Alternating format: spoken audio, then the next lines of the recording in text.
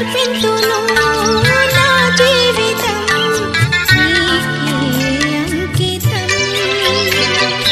ప్రతి ఉదయం నా హృదయం అర్పింతు నీకే దేవా, సమర్పింతును నా జీవితం నీకే అంకితం.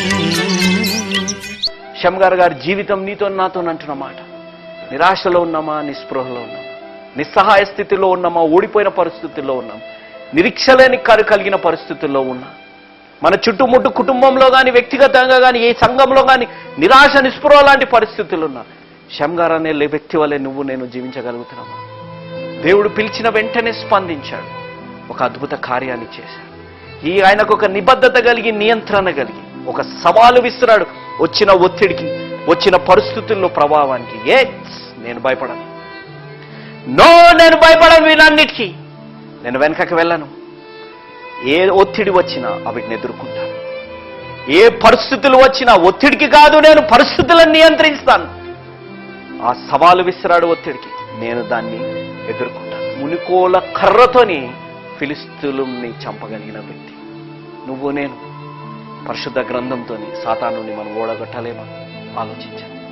సాతానుడు ఈరోజు నీ హృదయ జీవితంలో, నా జీవితంలో ఏవేవి దొంగలిస్తున్నాడు?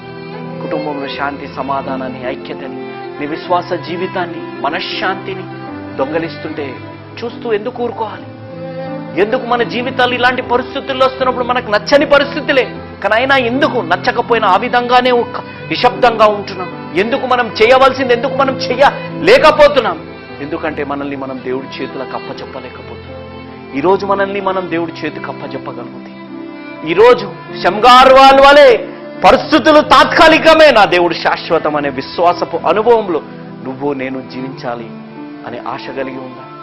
విజయాన్ని పొందుకోవాలని ఆశ కలిగి ఉందా? ఇశ్రాయేలు దేశాన్ని రక్షించిన న్యాయాధిపతి 2 మార్లు సంబోధింపబడ్డ పరిశుద్ధ గ్రంథంలో ఈరోజు నీ పేరు జీవ గ్రంథంలో కలగాలని ఉందా? లేకపోతే చనిపోతాను బ్రదర్, ఎందుకు బ్రదర్ అనే పాపము, ఆత్మహత్య అనే పాపమును చేయాలనే ఆలోచనలో ఉంటే ఈరోజు దేవుడు నిన్ను నన్ను పిలుస్తున్నాడు. నువ్వు చనిపోకు. నిన్ను నన్ను ఏ కష్టము, ఏ బాధ, ఏ బెదిరిప్రాయం నిన్ను నన్ను వేరు చేయలేదు. కానీ నువ్వు తొందరపడి ఆత్మహత్య చేసుకుంటే పరలోక రాజ్యంలో ఇవ్వవలసిన బహుమానాలు కోల్పోతావేమో. హంతకులకి నిత్య జీవం అనేది కలగదు అనే వాక్యము నిన్ను నన్ను హెచ్చరిస్తుంది ఈరోజు. కానీ దేవుని కృప మన జీవితంలో కలిగే ఉండాలి. ఎలాంటి పరిస్థితుల్లో ఉన్నా దేవుని చేతుల్లోకి నేను వెళ్ళిపోతాను బ్రదర్. దేవుడే నా జీవితంలో గొప్ప కార్యం చేస్తాను. ఉన్న పరిస్థితుల్లో ఎలాంటివి ఏ పరిస్థితుల్లోనే ఉండని, ఏవైనా నా దగ్గర ఉండని, అవన్నీ తీసుకొని దేవుడి దగ్గరికి వెళ్తాను. దేవుడే విజయాన్ని అందిస్తాను. షమ్గార్ గారి వలె నీ జీవితంలో విజయము రావాలి. సబ్జెక్ట్స్ ఫెయిల్ అయినవి పాస్ కావాలి. నీ జీవితంలో సంతానం కలగాలి. నా జీవితాల్లో వివాహము కలగాలి. లేకపోతే నీ జీవితంలో ఆర్థిక ఇబ్బందులు, అనారోగ్యము తొలగిపోవాలంటే ఈరోజే అనుకూల సమయం.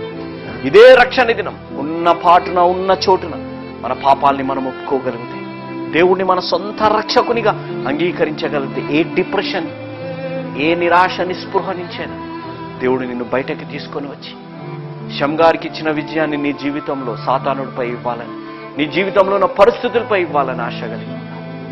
అలాంటి గొప్ప విజయాలు రావాలి అనగా ఈరోజు ఒక నిజమైన యేసు అనుచరుడుగా మారాలి. ఎందుకనగా యేసు మార్చేది జీవితాలు, మతాలు కాదు అనేది మీరెవ్వరూ మరవకండి.